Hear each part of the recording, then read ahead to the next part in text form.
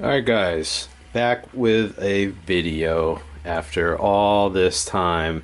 We're talking Superguns again, and I thought I'd start off with Battle Station Sigma, everybody's favorite. This is an AV7000 Sigma Supergun running JAMA. Well, they only run JAMA, but with a, I think it's the Sigma 1B Bravo Beta. I don't know, they get crazy with the names. This is like the last single stick that they made, and I got this new, I got that. So why am I talking about this? You guys have seen this because I got a new Supergun, the new Supergun that people buy these days. I'm talking about the Haas, the home arcade system made by RGB in Eastern Europe somewhere in a dungeon. He makes these awesome Superguns. So this is it right here.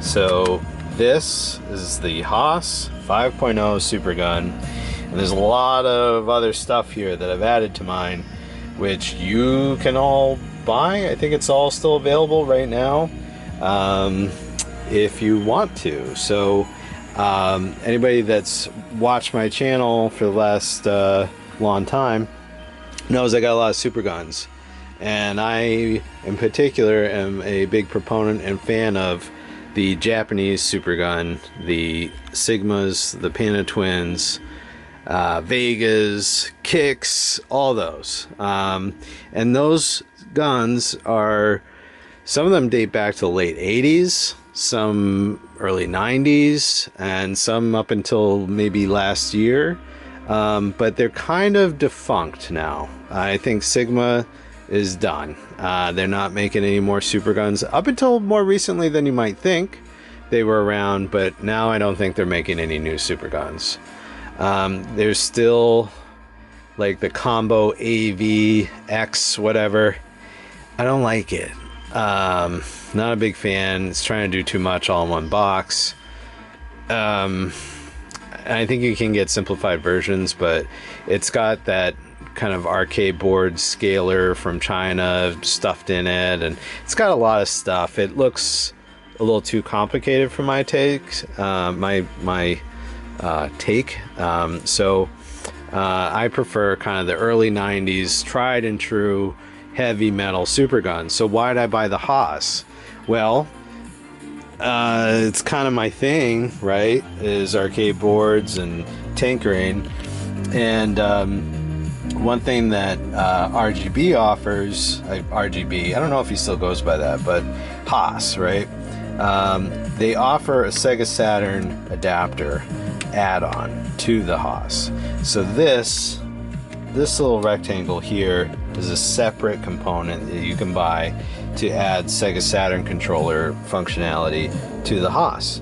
And then inside here, let me see, I need glasses guys, I'm getting old, but there's buttons here on the side. There's 4 buttons, and on the menu, like, there's a whole thing where you can go into and program and swap around buttons. And for example, with this, I've got this button here set to coin in, because this is a Sega Saturn, or a controller built for the Sega Saturn by Sega, right? So and I think if I wanted to, I could probably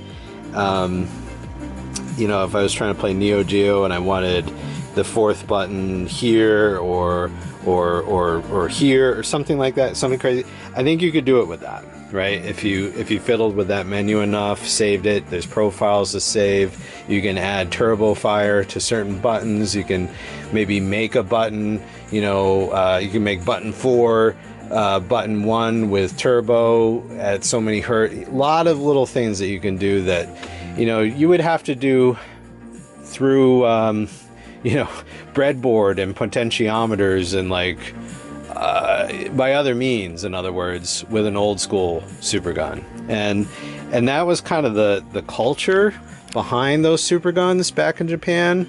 And a friend of mine has really taken this kind of research to heart, and he's acquiring like every Supergun made by you know, in Japan at least, back in those times, doing a lot of interesting research. He's been keeping me filled in, and you know, a lot of them were just components and like Heath kits, in other words, that you put together yourself.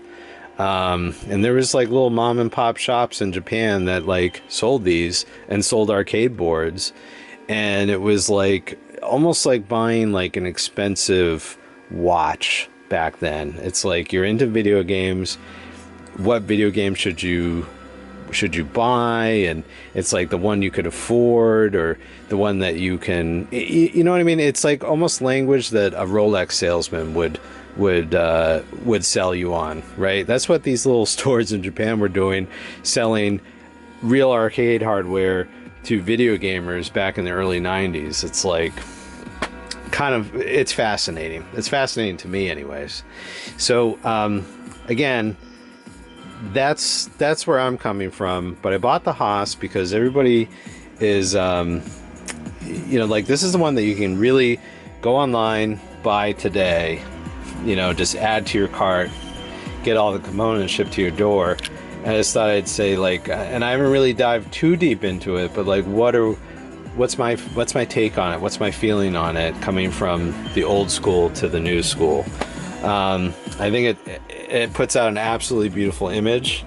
This is component on a little, I think this is like a 13-inch flat screen Trinitron, and this thing is not in the best condition, the monitor, but it does have component jacks in the back, and you know, it's pretty awesome, this image that is putting out of a CPS2 right now.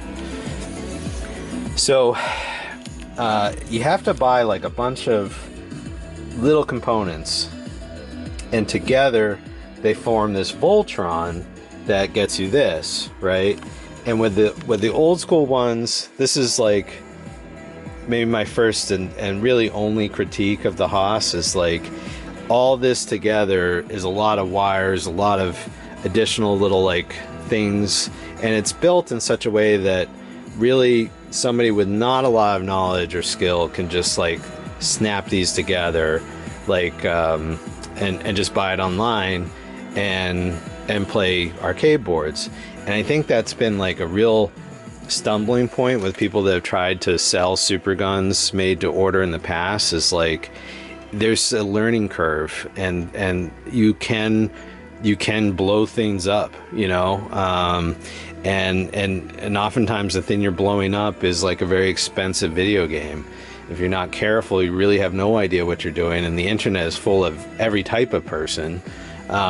You can end up with a pretty unhappy customer, and it's a lot of user error, right? A lot of risk of user error.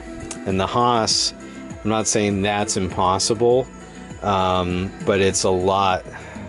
I think it's a lot more it's not even that much more straightforward, but I think like there's a lot of protections here, I'll just say. So what do I even mean? I don't know, but like, you know, like, this is all like small things that, you know, I don't even really want to take a soldering iron to. Like, if something in here dies, like, you know, I guess I throw it out, or, you know, I'd have to have a lot of skill to fix this. A Supergun is really basic inside for the most part, but if you have no idea what any of it is, and you have no interest to understand how they work, you know, what difference does that make? So anyways, I think it looks awesome. You know, I'm into just being able to like see through. I've always liked see through consoles, see through everything.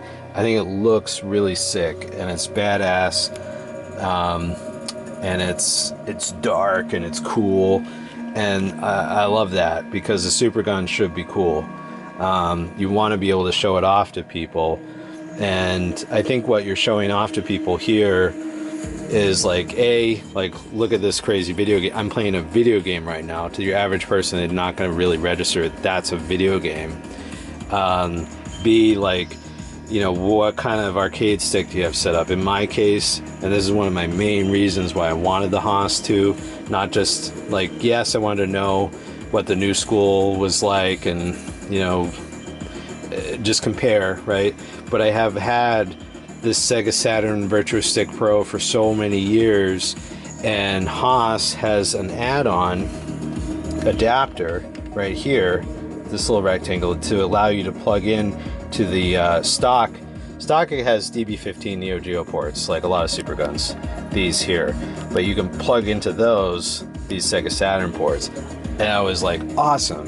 So I plugged that in, and he's really smart, because like, okay, you plug in the Sega Saturn controller, how are you going to program these buttons when you're not actually going to physically take the wire and solder it to the connection yourself? Well, he's got it all programmable through that menu, right? So a lot of things that, like, that's actually, I guess, a quality of life improvement, right, over having to look at a schematic and take a soldering iron and do it yourself manually. So, but there's still some tinkering involved, and I think that's cool, because tinkering and learning and having like this special knowledge that the average video gamer doesn't even like begin to have when it comes to hardware is kind of the spirit and nature of playing games through a Supergun. And I think that is present here. It's just a little different, right? Because you're going through menu, and there is some tweaking and you know, plugging stuff in. But I'm not actually making my own harness. I'm not actually, like, you know, gonna really hopefully troubleshoot anything component-wise on this ever. Like, you know, replace a capacitor here, like, get the fuck out of here. Like, you're not going to, and hopefully won't have to till you're dead, right? So but you know, you do have to get your own power supply, right? This is very akin to what all Supergun and arcade stuff entails, is wiring up a power supply, and it comes with these this connector for 12 volts, 5 -5 common, right? That plugs in nicely here through this adapter. I got an extension cord from hardware store and wired up my, you know, my plus, neutral, and ground. So, you know, I had to do that myself. So again, that's in the spirit of Superguns. The AV cable, you can buy one from him, but it was actually like a SCART head with a plug that you used, a mini DIN to mini DIN connector, and it was like a little too wiggly, and sometimes you would lose connection. So I didn't like it so much. I did buy it. I wouldn't recommend buying that one from him. I would recommend going to Retro Gaming Cables in the UK and buy their NES RGB SCART cable, because that's shares the same pinout as this. And I think that's kind of a a minus, that it's a pinout for like an NES RGB mod from a long time ago. I think it's simple to like make that cable, and it's kind of common that mini DIN cable is common, and maybe that's what he was going for. But it'd be much nicer if this was a Sega Saturn port or something that just allowed you kind of like a full spectrum of different inputs. But you know, that maybe would have required a little more circuitry, to put it in a simple term. So okay, so yeah, so all together it's a lot of little a la carte doodads that bolt together to form this Voltron. And I wasn't even done there, right? Because I've got this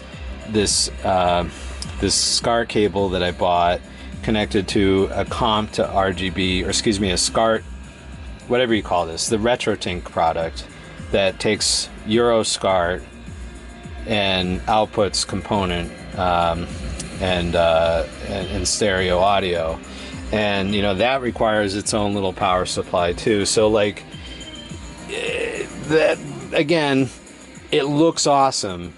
The picture is undeniably perfect, and I think it's safe also. It's another thing that, like, sometimes you get a 30-year-old Supergun and maybe the voltages on some of those signals that you're running to your expensive TV or your not so expensive TV or whatever, like maybe they're totally out of whack and you're actually damaging your TV. I would argue that CRTs have like a lot of tolerance for slop like that, but you know, some of these TVs are valuable now, so it's not like a so what anymore. I do have up in this box somewhere this thing that just became out of stock and maybe won't be made anymore, but it's called an RGB bench, and I got this tip from Bob from Retro RGB. I asked the question about the Sigma out there on the BVM, and he recommended buying these and hooking it up to an oscilloscope to just check the voltages and the levels on you know, the RGB signals going out from the Supergun. So maybe at a later date I'll just like take a cross section of the Superguns that I have, right? I've got the MP92 Pana, I've got the Sigma Raijin, I've got the Sigma AV7000 on the BVM that you just saw, and I've got a Vega 9000 now, and just see like, okay, what kind of voltages on those? Are they dangerous? You know, and that doesn't say none of them are, or some couldn't be harmful, or some are sort of benign, sort of borderline. I don't know, but I'd just be curious, because these are definitely like calibrated on the Haas, and that's another selling point for this product. And you know, it's clean. You know, I guess it's user friendly, right? Because you're not actually having to like you know, solder and do stuff the old school way, but it still has some of that spirit where you can customize it through the menus, and a lot of quality of life benefits. I mean, to be fair, like anyway, so yeah, but you know, okay, what does this cost, right? It's not cheap, you know. So the Haas, the adapter, the extent, and so the Haas was one thing. The adapter for the Sega Saturn was a separate purchase. The extension, the JAMA extension, which I think this is pretty necessary. When I first got these were out of stock. I bought this recently and it came, so now I'm making this video. Otherwise, like, this is clipping directly to your board, and I'm just worried about, you know, just putting pressure and adding vectors to a JAMA edge on an expensive PCB. You know, this is what you need. Okay, so 1, 2, 3. I bought the RGB cable, right? I bought this thing, which, okay, say that's not necessary. You've already got some other solution for that. But a lot of people will need this in the United States, because as far as I know, they don't, you know, HD Retrovision doesn't make an NES RGB mod, you know, component cable. Again, it's too bad that's not a Sega Saturn port or something, or even like a Genesis one. And then, you know, separate power supply and a power cable to hook up that power supply. Anyway, so all told, you're probably looking, you know, 400 something bucks. Whereas, you know, if you roll the dice and you know, buyer beware, you know, pick out a nice Supergun from Yahoo Japan of the old school variety, like, you know, for $400 you get just about the nicest one you could possibly buy, right? Some of them are as cheap as $100, right, or $70, or depends on how grungy you want to go. But the Vega I bought, like, I think cost me $200, you know, and I think it's still my favorite. But this is super clean, and Jack's had enough of this. Jack's had enough. So okay, that's it from me. 20 minutes off the cuff on Superguns. Is the Haas awesome? Yes. Is it ultimate way to play with your Virtua Stick Pro? I think so. This is way better than having a Boardmaster, if you know what that means. Yeah, so it's rad. It's just kind of a spaghetti monster mess on the desk, but I guess I could get some zip ties and make that cleaner. I hope this is interesting. I had to make this video because this is a cool setup just by itself, and it's what I like to do. Okay, that's it from me. Have a great night. I'll talk to you all later sometime.